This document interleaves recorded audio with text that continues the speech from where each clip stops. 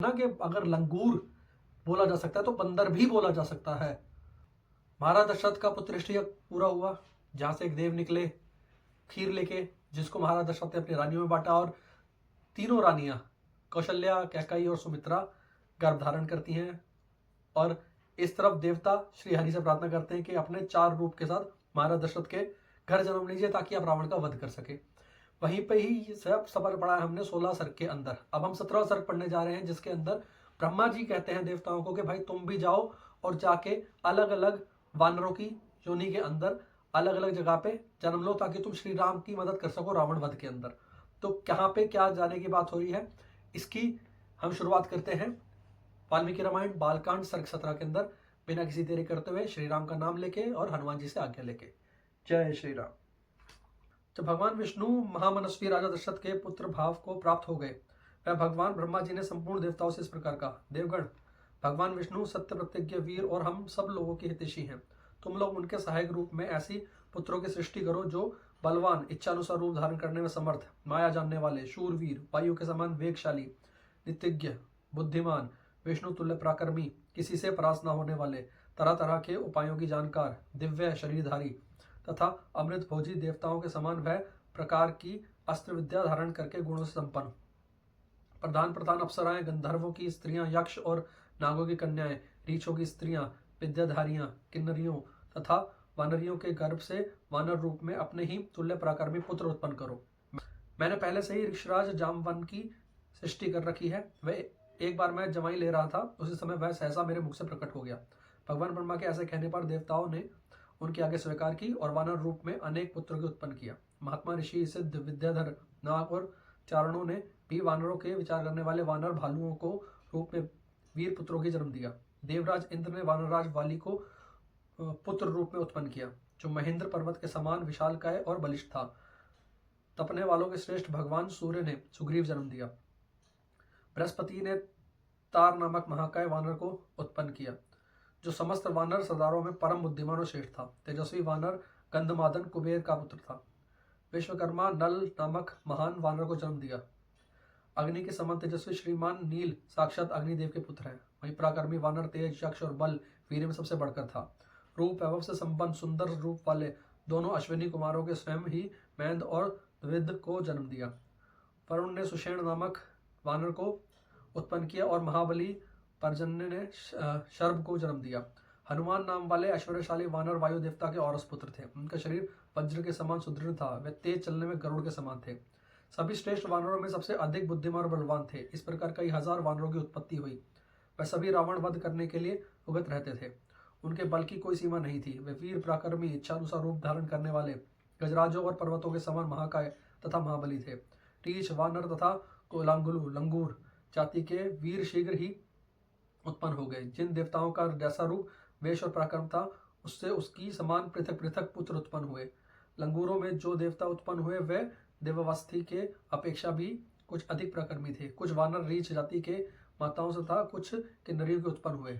देवता, महर्षि, गंधर्व, गरुड़, यशस्वी, यक्ष, नाग, किम पुरुष, सिद्ध, विद्याधर तथा सर्प जाति के बहुसंख्यक व्यक्तियों ने अत्यंत हर्ष में भरकर सहस्त्रों पुत्र उत्पन्न किए। देवताओं के गुण गाने वाले वनवासियों चरणों में बहुत से वीर विशालकाय वानर पुत्र उत्पन्न किए। वे सब जंगली फल मूल खाने वाले थे। मुख्य मुख्य अप्सराओं, विद्याधरों, नाग कन्याओं तथा गंधर्व पत्नियों गर्भ से भी इच्छानुसार रूप और बल से युक्त तथा स्वेच्छानुसार सर्वत्र वितरण करने वाले समर्थ वानर पुत्र उत्पन्न हुए।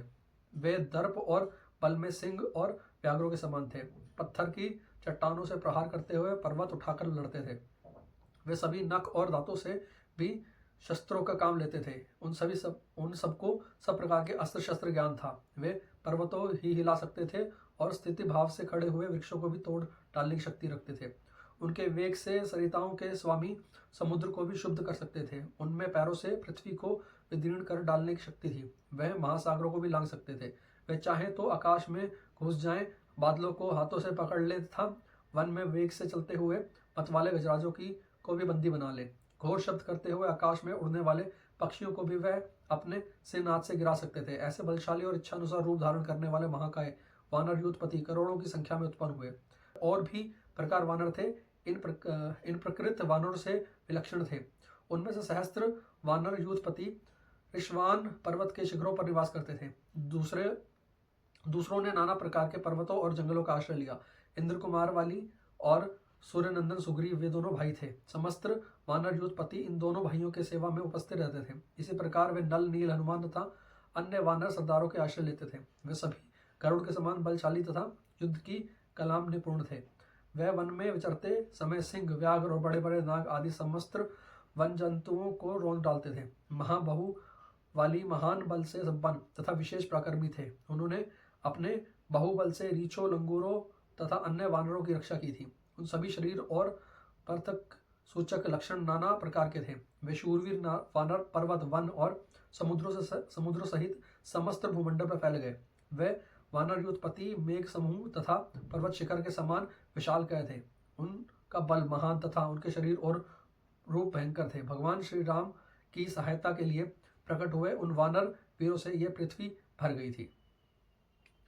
तो ये था वाल्मीकि रामायण बालकांड सर्ग 17, जिसके अंदर जब वानर के रूप में जन्म लिया गया, रीछों के रूप में जन्म लिया गया और लंगूरों के रूप में, मतलब तीनों का अलग अलग लिया गया है नाम। रीछ भी बोला गया है, लंगूर भी बोले गए और वानर बोले गए हैं। तो मतलब ये है ना कि अगर लंगूर बोला जा सकता है तो बंदर भी बोला जा सकता है, पर वहां पे ऐसा कुछ नहीं था। मतलब वो वानर थे, बंदर नहीं थे। वानर और बंदर के अंदर जो गलत फहमी आजकल लेके वो घूम रहे हैं, वो ये वानर जो वन में रहता है नर, वो वानर है। अब बात ये कीजिए कि उनकी पूछे थी, हाँ तो थी भाई। अगर एवोल्यूशन पढ़ा जाए तो उसके अंदर भी हम कहते हैं कि हम लोग जब इवॉल्व हुए हैं हम भी ऐसे ही हुए हैं। हमारी पूछे थी, पर एक टाइम के बाद पूछे गायब हो गया। आज हम कहते हैं ना उसको अपेंडिक्स है वो हमारी बॉडी के अंदर, वेस्टिजियल ऑर्गन हो गया है वो। तो इसका मतलब ये नहीं हो जाता है कि वो बंदर थे। और अगर वो थे भी सही, चलो तुम्हारी बात की जाए तो इसके अंदर लिखा हुआ है कि एक एक देवता ने उनको जन्म दिया है और उनके अंदर स्पेशल गुण थे, इतने शक्तिशाली थे, इतने बड़े बड़े शरीर के थे वो। तो अगर तुम कंपेयर कर रहे हो और अगर एवोल्यूशन तुम पढ़ लो और पुराने जमाने में चले जाओ, तो ये चीजें भी पता चल चुकी है कि पहले टाइम के जो लोग थे उनकी हाइट, हेल्थ और उम्र हमसे ज्यादा हुआ करती थी। हम लोग टाइम के अकॉर्डिंग छोटे होते जा रहे हैं। और ये हमारे धर्म ग्रंथों के अंदर भी लिखा है कि भाई कलयुग के अंदर, घोर कलयुग के अंदर इंसान की जो हाइट है वो 2.5-3 फीट ही रह जाएगी। तो अगर आप लोग पढ़े नहीं हैं तो पढ़िए इन सारी चीजों को जो हम पढ़ रहे हैं। और मैं इसलिए ये पढ़ रहा हूं वाल्मीकि रामायण, ताकि आप लोगों को पता चले कि एक्चुअल रामायण के अंदर क्या क्या चीजें लिखी हुई हैं। अब इसके अंदर देखो, जो सच है, जो सच होगा वो आएगा सामने। जो कुछ भी लिखा होगा उसके ऊपर ना आप कुछ कर सकते हो ना मैं कुछ कर सकता हूं। जो लिखा हुआ है वो पूरा का पूरा मैं एग्जैक्ट वर्ड बता रहा हूं। पढ़ने को मैं पूरा सार भी एक बार में बता सकता हूं, पर मेरा एक एक वर्ड पढ़ने का रीजन ही यही है कि कोई बाद में ये ना कह सके कि भाई तुमने अपने अकॉर्डिंग मैनिपुलेट किया। नहीं, मैं एक एक वर्ड पढ़ रहा हूं एग्जैक्ट, ताकि सबको पता चल जाए कि हाँ भाई ये वर्ड लिखा है। ऐसा कुछ नहीं लिखा जो दूसरे लोग बोलते हैं। वानर लिखा, बंदर कहीं नहीं लिखा। क्योंकि अगर लंगूर लिखा हुआ है, रीछ लिखा हुआ है, तो बंदर भी लिखा जा सकता है वानर लिखने की जगह। तो ये होता है सर्ग 17 का पूरा। सर्ग 18 के अंदर आगे हम पढ़ेंगे। तब तक के लिए जय श्री राम।